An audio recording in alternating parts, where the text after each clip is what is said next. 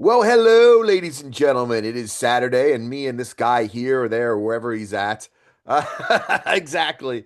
Look, we got another something for you. And actually, I think this might end up being the first one you guys actually see. So there's more stuff you'll see in the future that we've already recorded. But we missed a couple things that we should probably have hit on at the very beginning. You know what I mean? To explain some stuff to people. So, look, me and Cam are back. We're gonna be talking, about everything, talking shit, just talking about fucking just the shit we talk about, what's going on in the scene and everything. And, who knows what it's going to be called, what we'll do, but we're going to do it. So, we said, hey, we got some stuff to talk about. So, Mr. Lee, how are you doing today? And what do we got going to go on today that we're going to talk about? I'm doing good. I'm doing better. I put up a health, today. Oh, yeah. So people kind of, if these people follow me on Facebook, they'll see that he recorded this the day that he put up his health update, my health update. So, but we won't talk about that. We'll talk about what we've been talking about. What we've been discussing for several days now, Yes. laughing about as well as like discussing it and going, what is going on here? What is really going on? So I apologize for my ignorance. I mean, we were both ignorant of this until recently, until a few minutes ago, actually. Yeah.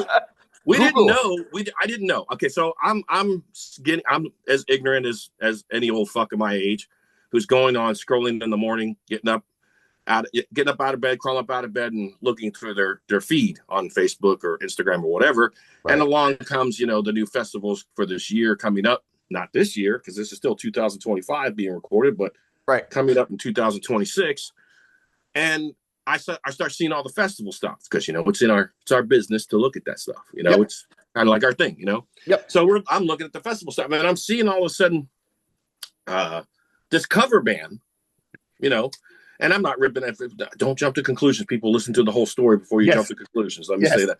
So there's this band, this cover band, who's basically headlining festivals. Yeah. And I'm like, what is going on with the scene?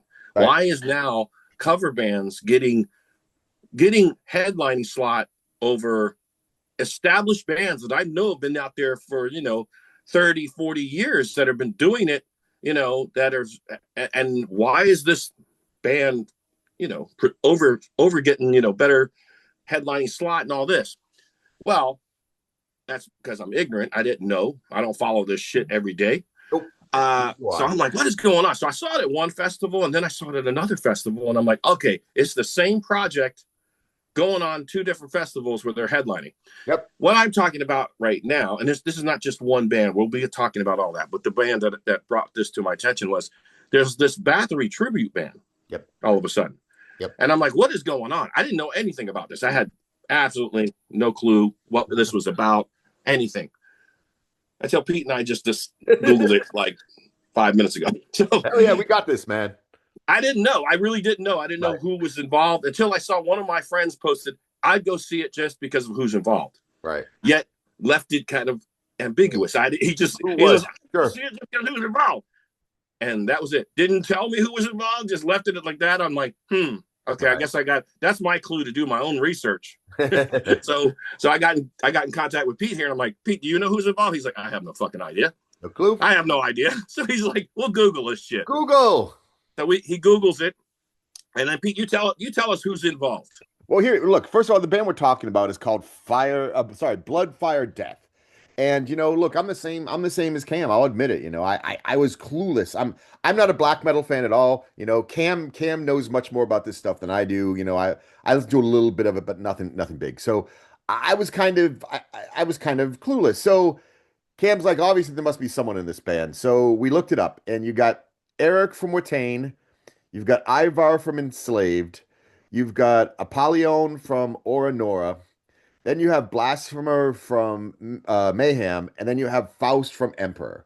So those names right there alone means this is an all-star tribute band to Bathory. Yeah. Now I will say this. So Cam doesn't know this. The other day, I was with Mr. Speckman, and he was playing a festival in Schaffenburg, and there was a band that headlined, which is more along the lines of what me and Cam were originally talking about. There was a Bolt Thrower cover band called Spearhead.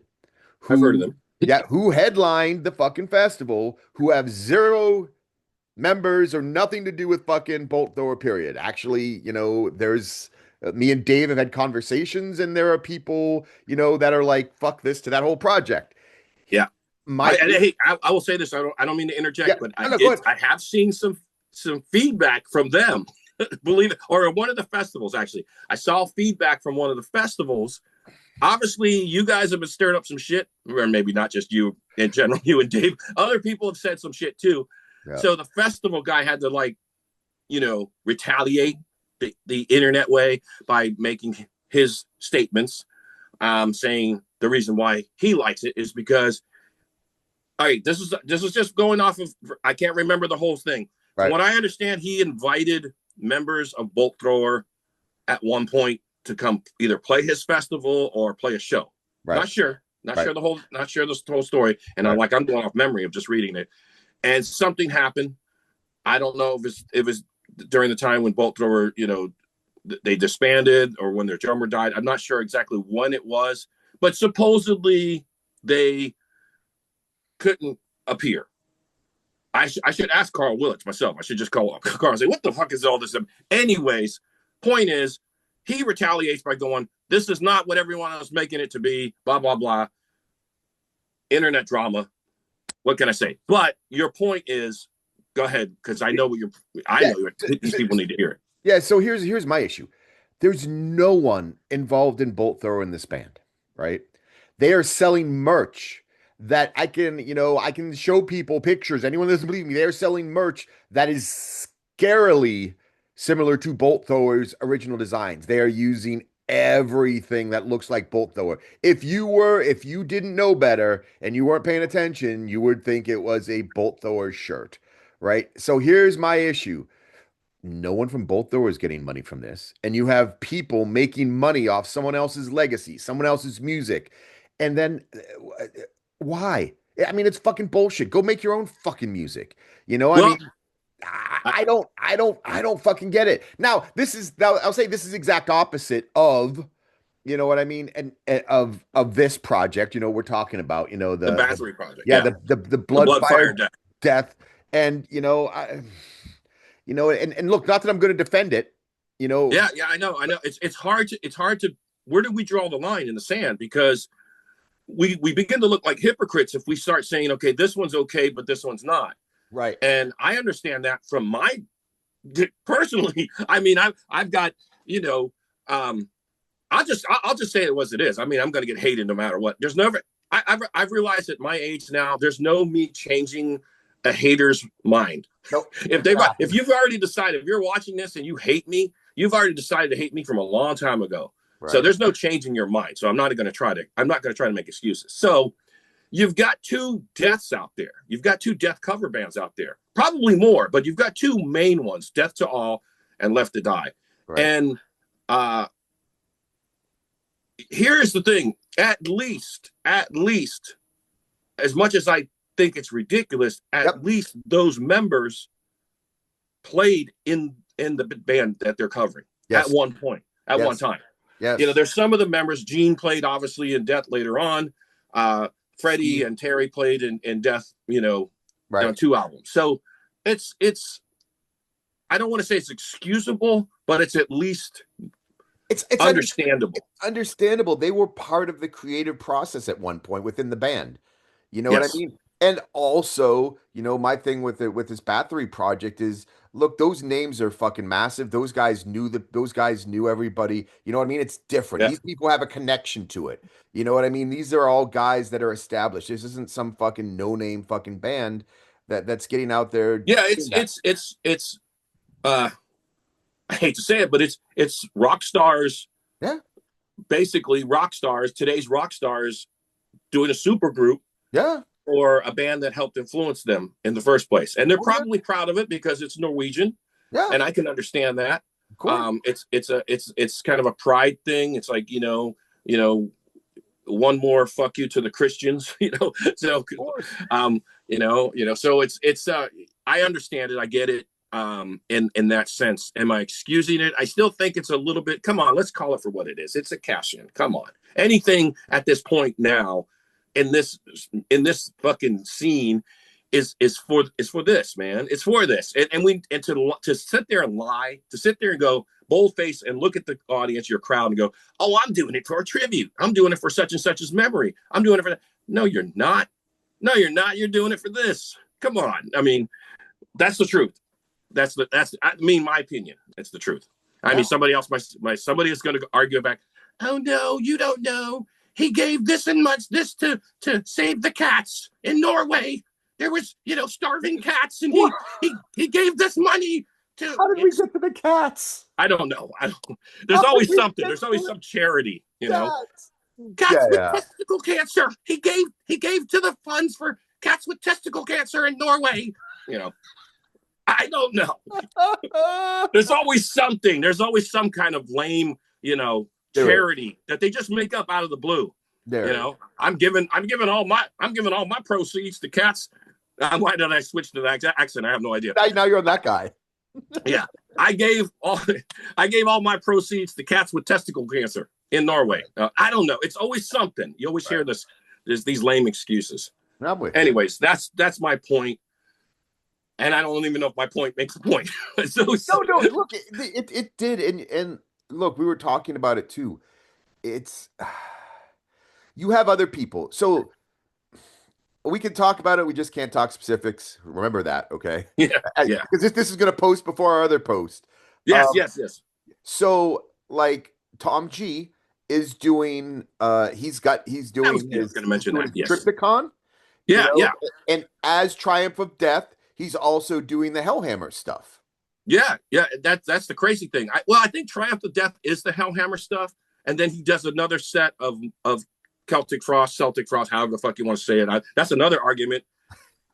40-something years later, we're still not sure how to pronounce it. we're still fighting over how do you pronounce it? Is it Celtic Frost or is it Celtic Frost? But anyways, yeah. So he does Triptychon. He does a set as Celtic Frost, and he does a set as Triumph of Death, which is Hellhammer stuff. Right. I've seen him do the Celtic Frost. I never got to see him do the Triumph of Death, which I would love to see. I got to see him do when we played last year at what was it? One of the festivals we played at, one of the bigger festivals. We played in the same tent as them, and I got to see them perform as Celtic. Was it the same? Was it the same one with Alcatraz? Alcatraz. It was Alcatraz. No, it wasn't. Yep. No, it wasn't Alcatraz. It was Alcatraz. Yes, they played at Alcatraz. It was the one you played up in either Finland or one of those places with Anders. Which was the one you did with Anders? No. That was Finland, but they didn't play there. Okay. Yep. Okay. It was definitely Alcatraz because I remember it was an outside tent. We had to walk a long way to it. It was the same thing. Judas Priest was there. Testament was there. It was a great festival. Grass Pop. It was Grass Pop. Oh, Grass Pop. Maybe it was Grass Pop. It was Grass Pop. I was at Alcatraz with you. It was Grass Pop. It was last year. Okay, Grass Pop. Okay, I knew it was somewhere. Somewhere. They all blend together, dude. It's all good. Yeah, they do, man. Festivals are. I love them. I love them. Don't get me wrong. I love them all. But yeah, they're starting to blend together. Whoever thought that I'd start talking about, I can't remember what festival we played at last year. I mean, I never thought I'd be in this, but I am. I'm now at that point. All right, I played a lot. I still haven't played I did play Wacken, but do you really can? I mean, that was whatever it was, 2005, whatever the fuck I did it, or 2008, I think. Man, it's been that long ago. But anyways, I'd love to play that again and a couple other festivals again. But anyways, the point is, we were talking about cover bands now getting headlining slots over established bands. And it's not just this. I think it started. I mean, you've had Kiss cover bands, man. You've got Iron Maiden cover bands with all females called the Iron Maidens. You've got this kind of stuff out there, which it's a niche sort of, thing. It's like a little niche little sort of genre thing, and I literally thought it would come and go, but to see that it's still staying there and it's becoming more prevalent is like, I expect this in the next couple of years to be the big thing now. I expect, bands of all different genres, not just death metal, not just black metal, but I expect, when are we going to see the new metal fucking, super group? When are we going to see like the the super technical, besides Death to All. We're going to see suddenly, a super group of when's the Merciful Fate, cover band coming out? When's the King Diamond cover band coming out? When is that stuff? When is the Slayer cover band coming out? I'm sure there's several. Yeah. Yeah, but talking about not only just coming out, but headlining festivals. Yeah. No, I'm with you. I'm with you. Yeah. Yeah. Yeah. I expect the Rain and Blood. That's what they're going to be called. They're going to be called Rain and Blood, and it's going to have members from, I don't know, a bunch of American thrash bands that never really went anywhere, but you kind of know their names. Well,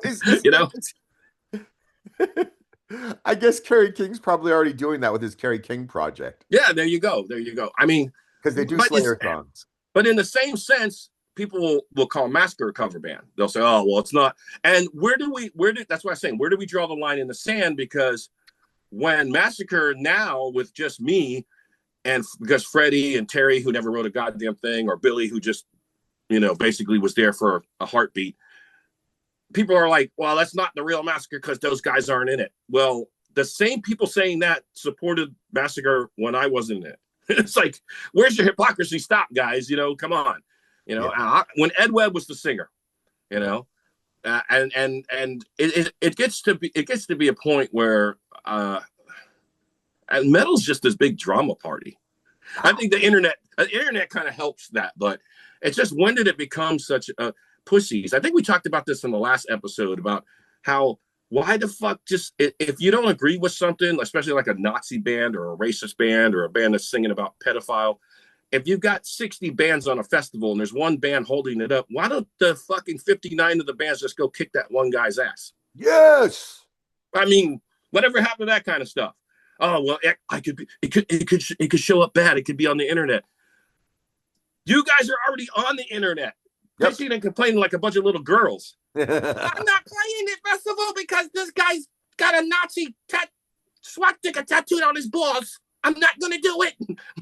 So, I don't know. I don't get it. I just whatever happened to just integrity? That's the word. That's the key word today, 2026. Keyword, integrity. Whatever happened to it? We just threw it out the window. There's no integrity anymore. Integrity, it's not like a bully thing if you stand up for what you believe in. No. Sure, it's kind of ridiculous if, you hate, a race of people because of the color of their skin. I'm standing up for what I believe in because I believe that, my people have been oppressed. Okay, come on. Everybody's been oppressed. We're all humans. Let's get over that kind of stuff. But standing up for what you believe in, and I don't want to fucking share the stage with a pedophile. I don't want to share the stage with a fascist. I don't want to share the stage with half the motherfuckers out there, but I do. I do. Hey, speaking of sharing stages, there's something else we want to talk about. Yes. Ageism. Yes, we were gonna get to that. Now that's another thing in the scene. Another thing in the scene. Ageism, where if now we're getting attacked by your two, but didn't we kind of do that too, though, man, Pete? In a sense, didn't we sort of kind of do that when we were young teenagers and we were stupid and we didn't know integrity and respect? Were we kind of like, that fucking band's too old? Well, but the thing is, back then they weren't doing what we were doing. You know what I mean? True. It was a different kind of fucking music. There was no, ageism. I'm what, 5 years younger than you. You know what I mean? And there was nothing like that for us. No. We Not had really. Kind of. I saw it more in the punk scene. I will say, both of us coming from the early punk scene, I saw it more prevalent in the punk scene because the punk had been around since the 70s. Right. So I did see, like in the 80s, I saw where younger punk bands had this attitude towards the 70s punk bands. Oh, yeah. Where, fuck that shit. That's too old. Dude, there was a clear division between the Damned, the Sex Pistols, Susie, the Clash, the Stranglers, and all those bands, and then what would come, the Black Flags, the fucking Exploited, GBH, Discharge, all that stuff. It came out of the same scene, but there wasn't another name for it. It was all just being lumped into punk. And I Yeah, mean, yeah, it was a completely different style of music, but it was all being called punk. So of course there was ageism, because fucking there is no connection to the Sex Pistols and fucking Exploited. You know what I yeah, mean? yeah. Or the Ramones or anything like that. Yes. I mean, yeah, Yes. there were some bands that kind of like they would skate the fine line, like Fear. Fear was one of those bands that for Yes. some reason you got old fans and you had young fans, and they Yes. skate because I think they just sang about beer. And then everyone could relate with that, So, but I mean, yeah, I mean, ageism now, which is weird to me because I have young fans, I have young You, teenager fans you have a that aren't lot even of of them. age yet. I started having fans telling me a couple of years ago, "Oh, I'm not of age yet to come to your show. I can't wait till you. Why can't you play an all ages show? Or I can't wait till I'm 18 to come to your show." There's those fans that are younger and have like respect and have integrity and really, but then there's other fans that are, and I think the other fans are out there. I'm not trying to make a division, I'm not trying to like divide the scene, but I do think there's a lot of slam death metal that has that, they make that division. And Right. maybe they make it because they feel that we attack their stuff because, and the hardcore scene now, because look, pit karate's stupid. It's like it's dumb. And then you got the guys, like, I read both sides. Like, I see us gay guys our age going, yeah, that is fucking retarded. But then I read their comments, and their comments are like, oh, you're only calling it retarded because you're old and you couldn't hang with us if you did. Okay, hang with you. So flail my arms and legs around and beat each other till hopefully get a lucky punch in. Most of the time they punch a girl. But videos I see, it's a girl that gets knocked out, or some weak guy, and there's guys just flailing their arms, like this. It's like yeah. So supposedly that's tough nowadays. So Oh. that's a tough guy kind of thing. Um, but you know what? Any real fighter will let you do that for a good 2 or 3 minutes, wear yourself out, and then wait for that opportunity to knock your fucking jaw off. Yeah, go ahead, flail around, do that stupid shit. Let me wait. I'll wait, and I'll just cock back and I'll wait, and then when it's time, when you got that opening, I'll just fucking cold cock you right in the jaw. I mean, I'm an old man. I'm not a fighter, Otherwise, I would have been in MMA, not this shit that I'm doing now. But you know, Hey, look, here's when it comes to ageism, here's something, and I sent you it earlier, and it's been bothering me for a while, for the last couple of years, because you see it a lot at festivals. mm-hmm. You see a lot of bands that were very influential. Basically, to me, it's getting disrespected and getting put on these super early slots, or Oh yeah, yeah. or I'm getting glad put you on mentioned. put Yes. on posters. And look, the first time it really, really, really occurred to me was when we were actually at Alcatraz together, and fucking Raven was the opening band that day at like 11:30 in the morning. Yeah. You know, Yeah. whether you like them or not, they played a huge role in the fucking new wave of British heavy metal. You And know what I speed mean? metal. And speed Speed metal. metal. Yeah. I mean, they're the ones that brought fucking Metallica out for the first time as their opening act. You know what I Yeah. mean? Look, I'm not saying they need to be headlining, but I'm saying it's very disrespectful to put these bands on at fucking 11:30 in the fucking morning. At least put them on in an afternoon slot. You know what I mean? It's a respect thing. These are the people. It's like these are your grandfathers, and they are honestly, there are a lot of these guys' grandfathers fucking age. I mean, fuck, even for me, they were like, I think, almost 20 years older than me. Um, but my point is, these guys all played a role. And if it wasn't for bands like that, or what I'm going to talk about now, you know, Master, and this is me saying this is Pete saying this. It's absolutely horseshit. Fucking Justa, fucking Jamie, whatever the fuck you want to call yourself, putting fucking Master on in Milwaukee and then putting them down in the very bottom in its little tiny print, on the fucking thing when you have, bands like Udara and fucking Nunslaughter get their fucking logos on there. And look, nothing against Don. He's a nice guy. I'm not taking anything away from Nunslaughter. What I'm saying is that fucking without a band like Master, none of those fucking bands exist. Paul's influence was fucking massive on the fucking scene, and Look, I'm not saying you need to put them on fucking headlining, but I'm saying fucking a little bit of respect to these bands they blaze the scene without these kind of bands, there would be no fucking death metal. And for me, it's just the ultimate sign of disrespect. And Jamie's always talking this shit about how much he respects the underground and he knows it. And he does. I mean, I've seen his videos. He knows shit. But I mean, then how can you be so disrespectful? And yeah, okay, fine. They're getting masters getting paid, but I mean, where's the respect in fucking putting someone? It's just fuck. And on top of that, dude, when you look at the band, they're fucking on the poster. Fucking their band name is next to a band called Weekend Nachos. Weekend Nachos. What the fuck? They might be the greatest fucking band in the world, but fuck you and your stupid name. I think it has to do. I don't know personally. Look, like I don't know personally, but I do know how the game works. I won't say anything like I'm not going to point fingers to say, okay, such and such didn't do this or such and such did this and such and such. I won't do that. Right. But I will say, watching stuff like you and I have watching stuff like Matt Bacon, watching stuff that Matt Bacon's videos and watching other videos about, I mean, we're not talking 1990s scene. We're talking today's scene. And today's scene is definitely different. And unfortunately, it all has to do with PR. Yep. And public relations. And people say, people are like, well, it's just advertisement. It's not that, because what you do is you actually pay an agency. Matt Bacon has his own, PR company. You pay an agency, and depending on the tiers of pricing that you pay depends on how much they push you. Yep. Like I said, I'm not going to say that somebody didn't do this or somebody did do this over somebody else, but I do know how it works. If you like, say, Matt, I don't know what Matt Bacon has, but then I'm only using him as a footnote here because I don't know. There's other companies out there. There's a lot of PR companies.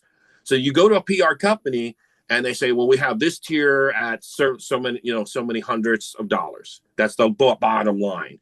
And then you can go up from there. And if you pay like $1,000 a month, we'll do this for you. And then when you pay the yearly package, which is like 50 grand or whatever. I don't know the prices. I'm just throwing shit out there. Sure. You get this much.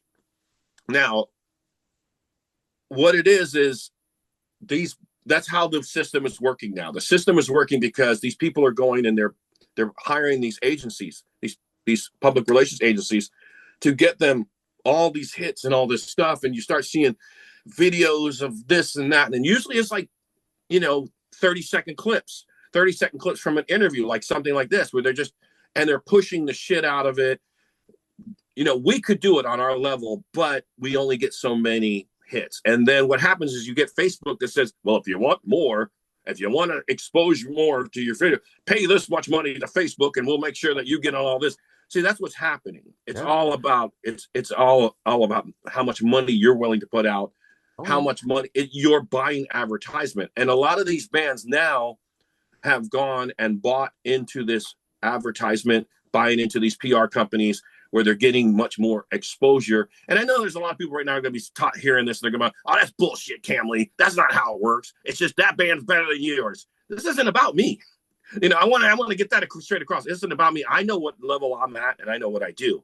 I'm just going from knowing the business and being in the business and knowing how it works.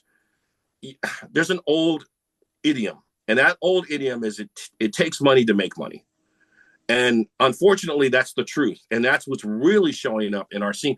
And that's what Flip Flop is seeing. That's what me and Pete are doing these videos for, because back in our day, this is absolutely everything opposite of why the scene was created in the first place. It is opposite because it is multi-death corporation sensibility. It's MDC sensibility. It's, and it's now that's what the scene is. When we started, well, Pete and I are old punkers, so it's kind of maybe you metalhead guys are different because you grew up on Kiss. You grew up with you grew up with that shit, and fucking Gene Simmons. For no matter how much of a dick that fucking bastard can be, he gets forgiven every single time. For all the Kiss fans, the Kiss Army, and there's a lot of metalheads that grew up on Kiss, Pete and I hate that fucking band. So let's just Pete and I are punkers. We hate fucking what Kiss stood for, and we hate that sensibility. We hate it. Bad. The fuck, their music's awful. Bad. Their music is awful. Bad. I mean, they went people. Now I see people defending the '80s Kiss. The '80s Kiss was the worst. '70s Kiss, okay, they had a couple cool songs. You know, Detroit Rock City, that's pretty cool. But '80s, Lick It Up, get the fuck out of here. What the fuck? Anyways, that's my Kiss rant for now today. Now, I fucking hate that band, man. Yeah, no, dude. I got caught up in the hype. I won't lie. I won't try to like say I always hated them. When I was younger, of course I got caught up in the hype of what they were. You know, the theatrics and stuff like that. But then I realized as I got exposed to more extreme music, I realized how really gay Kiss was. like I don't want to. This is gay, especially that '80s Kiss. That when they took off the makeup, it was awful, horrible, horrible shit. Why do you think they put the makeup back on? Because they knew their music sucked so bad that they had to do something. They had to come up with a gimmick. So their gimmick outlives them. Oh yeah. You know? Oh yeah. I mean, that's very much so. Very much so. Yeah, but I mean, look, that's it. And look, you're right. It makes money. It takes money to make money. But yeah, it sucks because I mean, we started talking about the ageism, and it definitely is a fucking. The younger guys absolutely don't respect us, but there's some that do, but there is a definite, and I kind of wonder, like, did we do that a bit? I'm not going to say we were completely innocent, but I think we respected others. We respected the bands that influenced us. Today, it's almost like better to disrespect. It's like the younger guys disrespect the bands. It's like, oh, if I make fun of this band or if I poke fun of this band, say my band's, although I did that too. Now think about it. I've done that stuff in the past. But look, I think the big difference is this. Like I said at the beginning, there was no other death metal bands, and for us, especially coming out of Florida, and especially I know from fucking, I mean, we took a little bit different path than you guys did because you guys had basically blazed the foreground, and you guys were just starting to get signed when we started playing, and we were able to play more biker bars and shit. Where I can't imagine you played many biker bars. No. I think we played one. What was the Dungeon? I think that was it called. Yeah, I think that was it. Yeah. So we have me and the guys in Killing Addiction, Ass Suck, that era of death metal bands coming out of Florida, we got stuck in a lot of fucking biker bars. And I remember. Or Club Nowhere. or Club Nowhere, but in doing that, we were more being disrespectful to the other genres of music. And the only reason that was because, you had the bikers at the back of the bar, screaming, "Play Freebird." Yeah. You know what I mean? Hey, yeah. We don't know what the fuck you're saying, boy. Get off the stage. Play Freebird. Where's Skinner? Bring out Skinner. And I'm thinking, well, it's just us and Killing Addiction. I don't think you're getting any Skinner tonight, motherfucker. You know what I mean? So, I don't think it was much an ageism thing with us. I think for us, it was more of a genre against genre thing. We were rebelling against the other genres that were around us. We wanted no part of the Southern rock scene. We wanted no part of the WDIZ classic rock scene.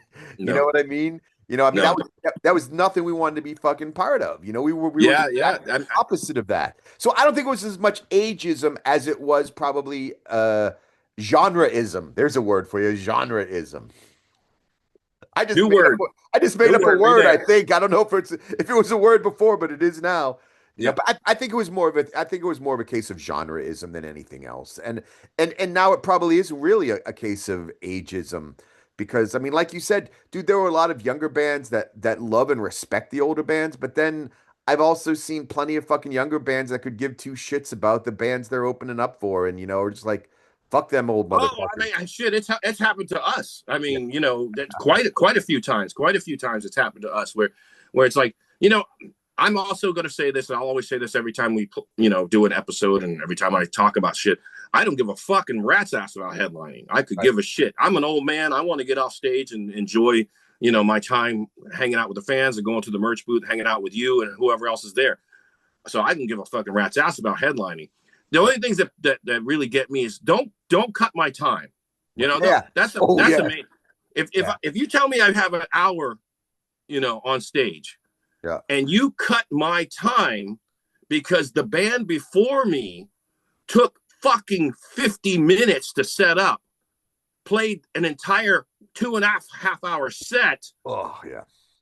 and then you say, okay, well, Massacre, you can only go up there for 45 minutes. That's bullshit. Although I really shouldn't get mad because I'm still getting paid regardless. I mean, but But I mean, don't but cut my time. I hate that. And what really bugs me about cutting my time, and people have seen this, people have actually seen me get mad on stage, is if somebody's off to the left or right of me telling me, I'm halfway through my set. We know exactly how long our set is. I have different sets that we play. I've got a 45-minute set, I've got an hour set, and I've got an hour and 15-minute set. I know, and we set our sets according to the time we're given. So if I'm 3 songs left to my set, and some dickhead on the side is going, time, that's going to piss me off. And I'll probably go over there and throw either the microphone at you or pick up the fucking monitor and throw it at you or kick the fucking garbage can or something, because I've done that. But that's what I'm talking about. That's what you were talking about, where younger bands are disrespecting who they're opening for. Is I hate bands that think they're rock stars and take for okay. There's 2 things. Most clubs will they'll do sound check as the band's setting up. Some clubs do the sound check for the headliner band ahead of time. But you know this. You've been with us. Massacre doesn't need a fucking sound check. We usually do line check and we're good. We do a line check and we're good. And we do that out of respect for everybody else, for everybody's time, for the stage people. We understand those are people too. You got stage hands that are helping. You've got the sound guy, usually the house sound guy. You've got other people helping. They don't want to be fucking around for 20 minutes on a sound check. No. They want to get up and go. And I have that respect for those people. So sometimes people say, well, is Massacre going to be doing a sound check? We're like, nah, we don't need it. Line check. They're always like, really? They're always surprised. So when you have an opening band, a younger band that's doing a 20-minute sound check, and then they have so much equipment, they're putting so much equipment on stage, they look like a fucking stadium band, and then, okay, everybody wants to have cool stuff on stage. Everybody wants to have a cool backdrop. Everyone wants to have, all this cool stuff to make your stage look pretty cool. I don't have a problem with that.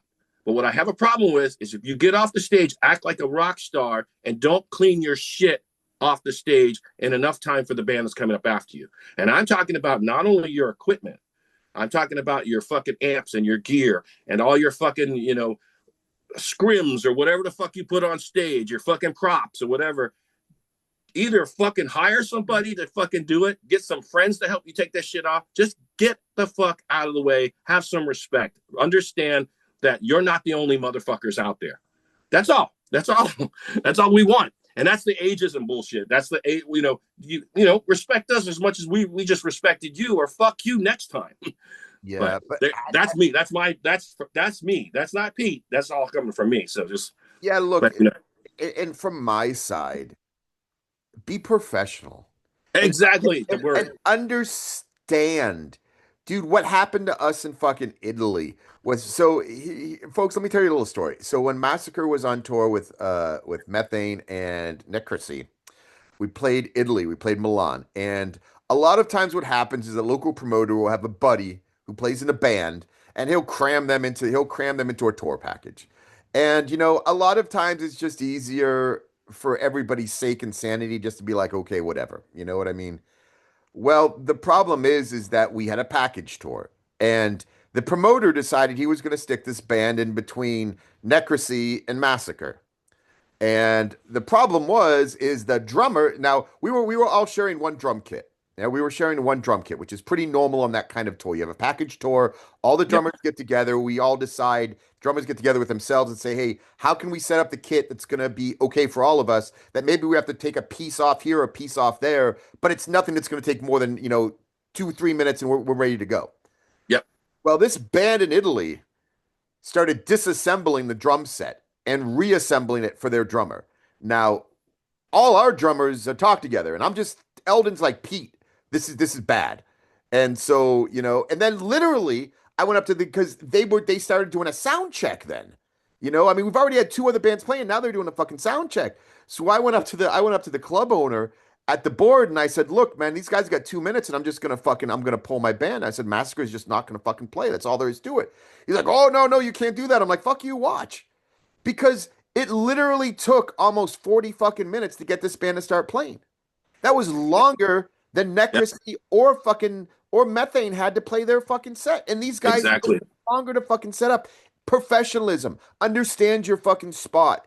You're an opening band. I'm not saying there's anything wrong with being open bands. We've all been opening bands before. We've all been there before. But understand what that means as an opening band. You have to use what is there so that the other bands can get on with their night. Get on stage, play your set, and get the fuck off the stage as quickly as possible and be professional about it. Because when you come in and you're a dickhead like fucking that, it gets bad. You know what I mean? I Yep. mean, I'm fucking yelling at some fucking Italian promoter who couldn't figure out why the fuck he has this American guy fucking freaking out at him, screaming in his fucking face, foaming at the mouth, spit flying everywhere. Because, I mean, for me, it was the most disrespectful thing in the world. You know Yeah. what I There's mean? like things we learned a lot. I'll say this: Pete and I learned a lot. We've learned it. We're still learning. Yes. Um, Every day. we learn a hell of a lot. There's things now I can see why some bands can appear to be like assholes Yep. because they've probably been through similar situations. Yep. And every time I come off tour, I will tell you this. This is a fact. Every time I've come off tour, I've added something new to the rider. I'm like, oh no, fuck this. We're not having this again. So we add something new to the rider. So Oh, that's another thing that will be added to the rider. No fucking band head. Opening bands need to have a setup time, and that's it. Go. yeah. Massacre has a certain time that they're supposed to be on stage. Go. Massacre has a certain time they play. Yep. That allotted time. Do not pull Massacre, my band. I don't give a fuck about anybody else. Do not pull my band time frame just because Right. the opening band took 20 minutes longer to fucking set up. Yeah. Don't pull it from don't pull it from me because that's some bullshit. Of But course. anyways, there you go. But But there were also times where that fucking, look like the stage man, yeah, at fucking Obscene Extreme, the stage manager was getting pissy because he said Massacre was running long, but then Chirby, who runs the fucking festival, it's his fucking festival, is like, no, fuck that, and he's like, two more songs, Pete, let fucking because he was having fun, he was enjoying it, and like exactly, yeah. the festival at that point is already running long anyway because by the time you guys, and that's another thing people have to understand. The bands at the beginning, if the bands at the beginning of the day don't play on time, that just kind of compounds and gets bigger and bigger Yeah. and bigger and bigger as the day goes on. So sometimes when you see these headline bands go on, if the festival doesn't have its shit together, sometimes it can be an hour later than it was planned because they let, everybody go over their set or people were taking their fucking time fucking tearing shit down. And I mean, I get it, to a lot of people they don't give a shit, but if you've ever been to a show and be like, why is this shit taking so long? It's generally because of fucking unprofessionalism. I think of like things that when people watch this show or anything that you talk about with Dave on your show or whatever, I think people are getting an insight to stuff Sure. about the music business that they may never have gotten. Of course. They may be thinking, see, because there's this big illusion that everything is organized and done right and stuff. And it for most really good festivals, it is. Oh, yes. It's done very well. And I Yes. can't complain with a lot of the festivals that have done exceptional work. Yes. Exceptional work. And then there's festivals I've shown up to that I expected it to be absolute caca garbage, Right. and they're outstanding. They've done even better. Like the festivals when I just went down to South America. Not all of them. I'm gonna have to say that I was surprised with a lot, and then there were some that I was like, really? I can't believe it's this unorganized. However, the ones that surprised me, super surprised me, because I heard the bullshit from other people saying, "Oh well," example was Mexico. Right. Mexico, that festival was it was spectacular, man. It was top tier level. I can't I can't speak enough of how great that was. It was a phenomenal experience. Everything was professional. There was not one thing that was wrong. The sound on stage was professional. Sound everything was handled very well. And I can't talk enough about that. Then you go to other festivals that you think are going to be organized very well because they've been around for a while, and they're absolute caca. It's like what happened here, man? Like why is this? Why? Or like you show up to a festival and you're still sitting in your dressing room because nobody's come to tell you that you're playing on the stage quarter mile that way. To a quarter mile. You're supposed to be on stage 20 minutes ago. What? You know? Yeah. That kind of shit. Yeah. That's another thing people, I think a lot of people have this misconception, especially at these bigger festivals, that like the backstage is the backstage. Folks, a lot of times the backstage is far enough away that you got to get in a golf cart and get driven to the back of the stage. Yeah. Because, it is a fucking hike sometimes at some of these bigger festivals. And there is nothing backstage, trust me, folks. There's nothing spectacular you can see. And there's a lot of people backstage. There's a lot of hands back there. There's a lot of people, whatever you want to call them, roadies, stage hands. There's a lot of that going on. So while you're playing, yep, they're getting set for the next band. Yep. And there's so many people. So when you get off stage, it's not like get off stage and there's naked women and couches and champagne everywhere. No, it's literally people working and moving and everything. And you've got to get off your shit out of the way. Hopefully some of the people, stage hands, will help you, which is very, they do well. And at a lot of places like that, Grass Pop was one that did exceptional with getting our stuff off stage and stuff like that. But then you play other festivals where it's like nobody knows their ass from a hole in the ground. They're running around like a bunch of chickens with their heads cut off. And you're like, I'm just going to stand here because I don't know what the fuck to do, man. I'm just going to stand. And I'm sitting there holding my microphone. What the fuck? Where am I going? Anybody know? Anybody know?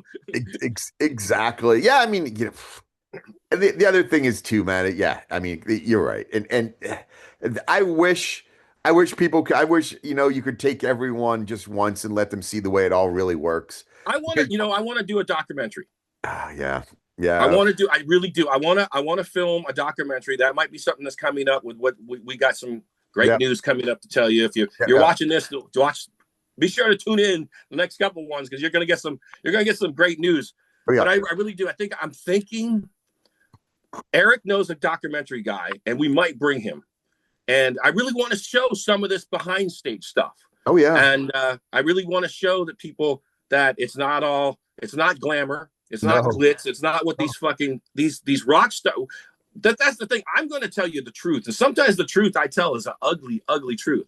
Sure. It's a damn ugly truth. And and I'm going to show people this because I think there is this big misconception of how people in the music business work. They might work for some of the bigger stars. They might, Tobias from Ghost might have, champagne and naked women in backstage. I don't know. Danny Filth might have small, little, tiny, hobbit-sized women to, I don't know. I don't know what's going on. But there's not a Danny Filth. Yeah. The guy comes up to what? My nipple. Yeah.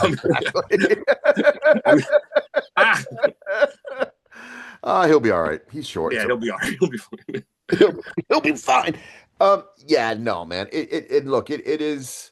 Yeah, it would be cool, and I think people need to see that because people have done documentaries, and I've seen a bunch of them, but it still makes everything look so fancy. And Jim, I know. I want to show this. I mean, even if you've seen some funny documentaries where some guy's taking a shit or something like that, and they think that's like surprise. Look, that's all done for shock value. I just want to show you the real shit. Yeah. I want to show you some of the stuff that's real. Some of it's funny, some of it's frustrating. A lot of it's frustrating. A lot of it is running around like, what the fuck, what the fuck now? And then I'm looking at Pete, what? And the Pete's like, fuck you, I don't know. Yeah. Like, that stuff happens, but it does. And look, folks, the longer you're out with bands, it happens. Bands, tensions get high sometimes, and sometimes people just need to walk the fuck away. And then Yeah, and but it really has nothing to do with us. It's just no, how people are making us feel because all of a sudden, you yeah, know, I'm over here with no knowledge of what's going on whatsoever. I'm expecting Pete or whoever the Tora TM to know, and if he doesn't know, he's just as frustrated. And yeah. then it's just like, "What, you don't know?" And like, "No, I don't know. You why? Why don't Look, you know? I don't fucking know why I don't know." I You don't know, give a it's I don't give a shit 'cause we'll never get probably invited back anyway. But yeah, fucking Exit Festival in Serbia. yeah, Very cool festival, very cool location, extremely disorganized for the size it is. I don't know yeah. how they handle the artists on the big stage, but I will tell you, our stage we were on was completely unorganized, absolute chaos, and was the only time on tour that I've ever fucking walked away from Cam and said fuck off. And me and Adrian, the bus driver, went and found the Jack Daniels bar, and me and him had a couple Jack Daniels and lemonade, and then I came back after I cooled off a little bit. And it wasn't anything Cam did, and it wasn't anything I had done. The problem was it was so disorganized that at some point, as a band or a tour manager, you just throw your hands up and go, okay, fuck Well, it. Whatever I happens, think a happens. lot of that had to do with, and I'm not talking just specifically that festival, but Yeah, a lot of it has to do with there's that because it happened not just with you, it's happened on the most recent tour we had in Europe. right. There's a lot of finger pointing going on Yeah, where that no one will accountability. That's the thing we need to talk about. But accountability. that's just accountability. Okay, we as a band we rely on our TM or our bus driver or somebody to kind of know what's going on because sometimes I'm especially with me I'm showing up to venues I've never been to before. Yep. I'm in a town I've never been in before. I don't know jack shit about this place. I've had people say don't walk outside the fucking venue because you can get mugged. And I think I talked about this on another thing. And I'm like, there's little tiny girls that are up here with mini skirts walking around. I think they're more danger. They're more of a danger in getting mugged than I am. Yep. But regardless, you get this kind of stuff, and then a lot of times, what are some of my main concerns? People may think it's food, but that's not. Some of my most main concerns is on tour, especially halfway through or towards the end, is like is there a laundromat that I can do some new clothes? Because I'm wearing the same stinky underwear for the past 3 days. I mean, literally, that is like my biggest main concern is if I could get some clean clothes. I mean, Yeah. that's like one of my biggest things. But then knowing where we're going, we've been dumped off in some places, and like I said, this is a recent tour that Pete wasn't on. We've been dumped, literally. Okay, here you guys are at the festival, and we're like, oh, this is really cool. People are walking around. This is amazing, and then they leave. And we're like, where do we go? And they're like, well, I don't know. Well, your tour guy should have known. And then we're texting the tour guy, hey, where the fuck are we supposed to go? And he's like, I don't know. The front gate people are supposed to know. And it becomes frustrating like that. It's like that blame shifting shit's going on. So just there you go. More stuff that should be in the documentary of what the shit happens when you go on tour. Of course. Of course. All right. So, I mean, I think we probably hit everything we wanted to hit. Yeah. It's Yep. getting fucking darker, and my quality is getting worse because I'm not going to get up and turn on the light, and then it's going to be low light, and I'm starting to piculate and stuff here. But folks, look, you'll see more stuff from me and Cam coming up. We've already recorded some stuff. I think this will probably be the first video you guys see. So, as you are watching this, just know there are some very cool videos coming at you very soon. And definitely be ready for it. So, for me and this guy up there, thank you for taking a little bit of time to watch us and listen to the absolute insanity that comes out of our mouths. Have a good one. All right, we are gone.